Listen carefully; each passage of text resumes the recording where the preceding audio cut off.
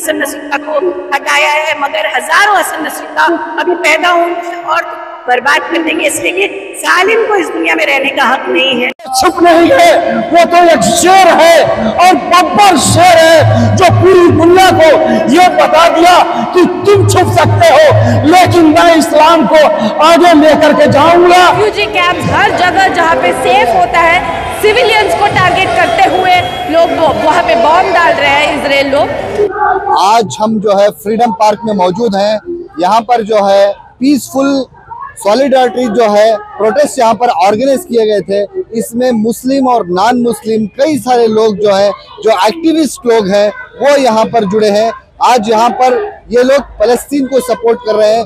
जिस तरीके से फलस्तीन के अंदर जो मामला चल रहा है, जो लोगों को, बेगुनाह लोगों को जो हत्या किया जा रहा है, यानी कि हमारा इंडिया भी जो है फलस्तीन को सपोर्ट करता है, फलस्तीन को बार बार जो है मदद देता आया हुआ है। तो इसी के चलते जो है यहाँ के जो बेंगलुरु के जो सोशल एक्टिविस्ट हैं और कई सारे जो स्टूडेंट्स हैं और कई सारे इदारे हैं, यहाँ पर आकर जो है, आप मेरे पीछे देख रहे हैं, बेंगलुरु के जो फ्रीडम पार्क में जो है, यहाँ पर जो है हजारों की तादाद में लोग जो है यहाँ पर जुड़े हैं। फलस्तीन की हिमायत में जो है ये लोग नारे लगा रहे हैं और ये लोग मांग कर रहे हैं कि इस जंग को जल्द से जल्द रोका जाए। इसमें हमारा इंडिया भी जो है आगे बढ़कर आए कि फलस्तीन की जो जंग है उसको रोकने के लिए हिंदुस्तान भी आगे बढ़कर आए। तो चलिए यहाँ के कुछ जिम्मेदार हैं, उनसे भी बात करते हैं और यहाँ के शिया हजरात भी आए हुए हैं, शिया मौलाना भी आए हुए हैं, उनसे भी बात करते हैं और जानते हैं उनका क्या कहना है। बिस्मिल्लाहिर्रहमानिर्रहीम।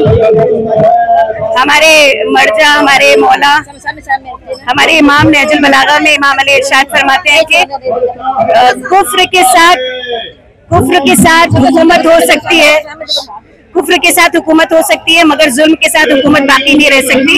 आज हम लोग यहाँ पर बेंगलोर के जागते हुए मुसलमान, जागते हुए शिया यहाँ पर बेंगलोर में फ्रीडम पार्क में आए हैं ताकि अपना सच बता सकें कि हम किसके साथ हैं। इजराइल और जिस इजराइल ने फिलिस्तीन पर इतना जुल्म किया और इतने सारे बच्चों को और औरतों को और इतने सारे बेगुनाहों को जो कत्ल किया है, उसके खिलाफ हम यहाँ पर आवाज उठाने के लिए आए हैं।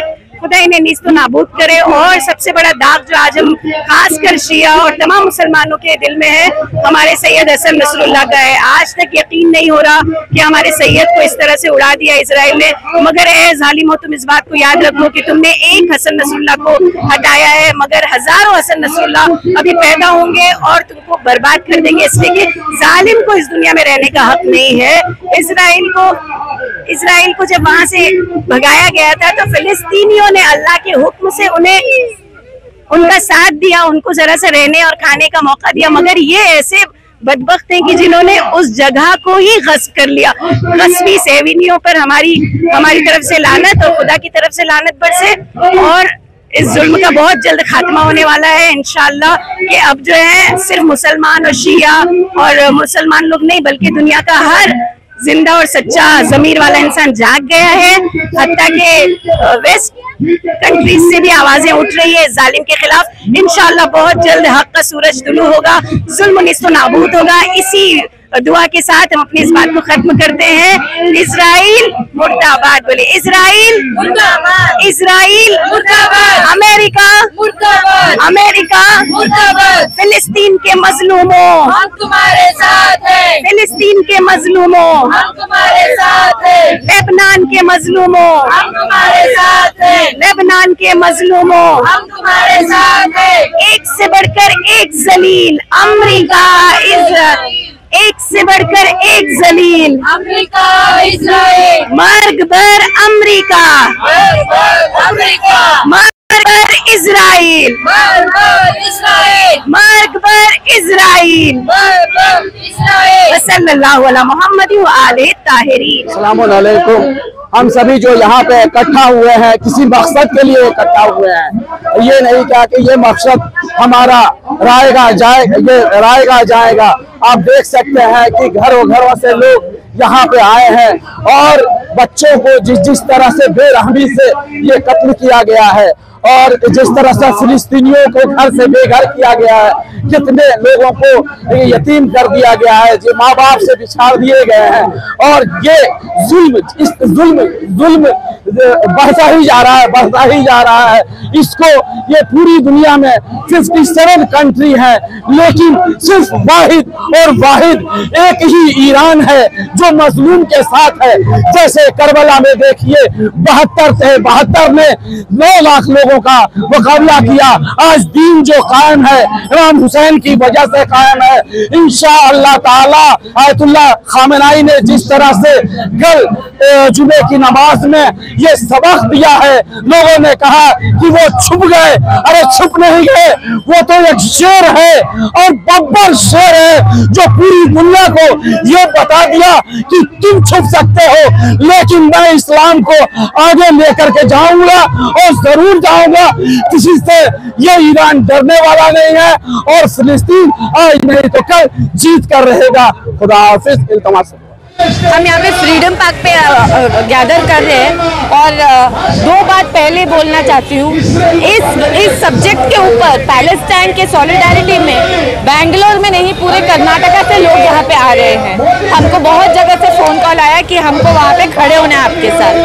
ऐसे स्टेटस में जहाँ पे प्रोटेस्ट करने के लिए एक ही जगह है शहर पे, आपके पीछे एक पूरा शामियाना डाल के 1000 लोग दूसरा प्रोटेस्ट कर रहे हैं। तो हमको चाहिए कि हमारी आवाज़ पैलेस्टाइन तक रीच हो कि यूएस और इजराइल का जेनोसाइड जो 1 साल से ज़्यादा चल रहा है, 1 साल से हम देख रहे हैं लोग नॉन स्टॉप पैलेस्टाइन के ऊपर बॉम्ब्स डाल रहे हैं।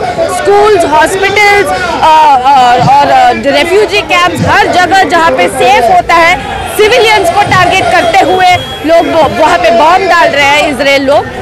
और उसको सपोर्ट करने के लिए अमेरिका से billions and billions of dollars have come. Western countries have continuously supported. India has fought against the British colonization. India has fought against colonization for all the time, and that's why we are in solidarity with Palestine. India has a history of being in solidarity with Palestine. India has created the space in New Delhi for Palestinian embassy. Our political leaders have stood by Yasser Arafat and many Palestinian movement leaders. Today we are seeing a shift. We are seeing a shift. Modi has started to, in the last 10 years, we are seeing Modi has started to have tie-ups with Israel by selling our companies, selling our public sector, selling arms, selling military technology, selling surveillance technology and fuel. They are selling it to Israel. We as the people of India want to stand against this tie-up with Israel and we call for a full arms embargo. क्योंकि वहाँ पे जो बेच रहे हैं वही weapons यहाँ पे आके हमारे कश्मीर में, बस्तर में, मणिपुर में ड्रॉप कर रहे हैं। सेम बम जो गाजा में गिर रहा है वही बम हमारे भारत में बस्तर आदिवासी लोग के ऊपर, कश्मीरियों के ऊपर और मणिपुर लोगों के ऊपर। तो हम इसलिए बोल रहे हैं कि ये टाई-अप जो हो रहा है, हम इस टाई-अप के अगेंस्ट ये प्रोटेस्ट कर रहे हैं ताकि हमारी आवाज़ दिल्ली तक पहुँचे, पैलेस्टाइन तक पहुँचे और बोले कि इंडिया और इजराइल के बीच में कुछ नहीं होना चाहिए। The police has given us permission, which is firstly defeating the very idea of a protest. Police gave us permission to protest and then we organized a protest for more. Now the police are giving different rules saying you cannot hold the Palestinian flag. That's why you see many of our volunteers distributing watermelon. Israeli government did the same thing. Israeli government banned the colors of the Palestinian flag. They banned the watermelon, which is a symbol for Palestinian resistance today. So we are still going to go ahead with our protest. We are not going to break the law. We are not going to violate any provisions of the law. We are going to continue peaceful resistance and get our voices heard at the global level. I've been following this now for quite a few decades, and since October 7th this has been unacceptable. You cannot bomb children, you cannot bomb women, you cannot invade another country, you cannot. There is international law and rules must be followed.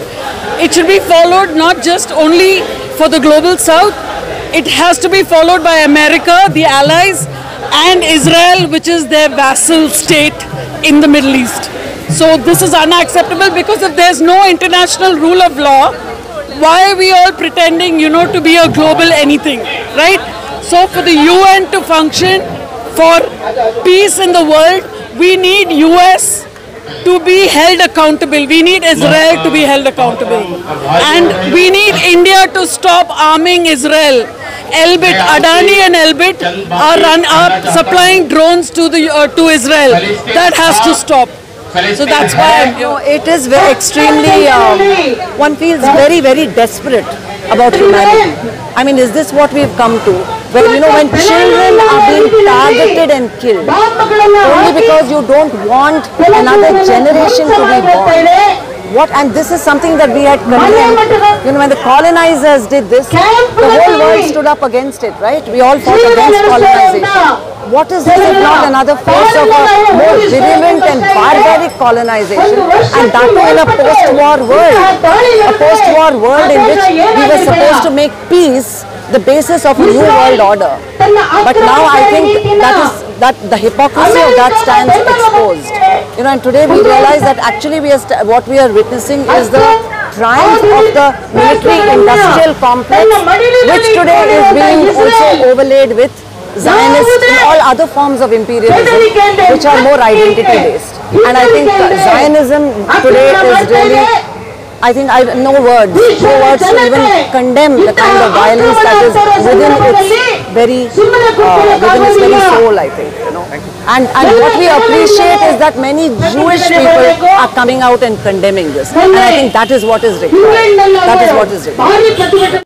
We'll have to see whether the protests have impact. But we need to immediately stop, as a country, all support of Israel.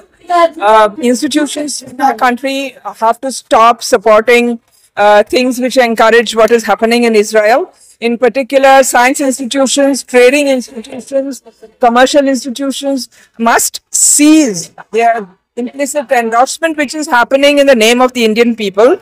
And also India's sending construction workers now to Israel. India has not stopped import of arms, export of arms in the name of cyber security and whatnot. All this has to stop right away. And I hope the protests will have some impact. I hope the protests will tell the government how the Indian people feel about making Indian people participate in what Israel is doing today.